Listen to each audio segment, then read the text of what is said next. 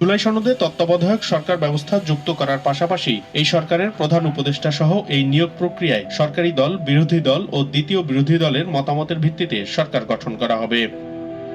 স্বাধীনতা পরবর্তী থেকে এক কক্ষ বিশিষ্ট সরকার থাকলেও জুলাই সনদে দ্বিকক্ষ বিশিষ্ট সরকার গঠনের কথা বলা হয়েছে।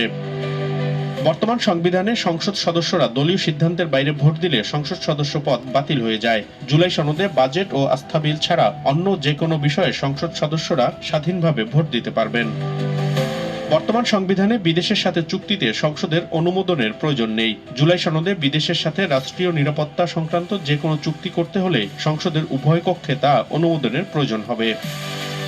বর্তমান সংবিধানের ৯৫ অনুচ্ছেদ অনুযায়ী রাষ্ট্রপতি যে কাউকে প্রধান বিচারপতি নিয়োগ দিতে পারবেন। জুলাই সনদ বাস্তবায়ন হলে এই অনুচ্ছেদ সংশোধন হয়ে প্রধান বিচারপতি নিয়োগ দিতে হবে আপিল বিভাগ থেকে।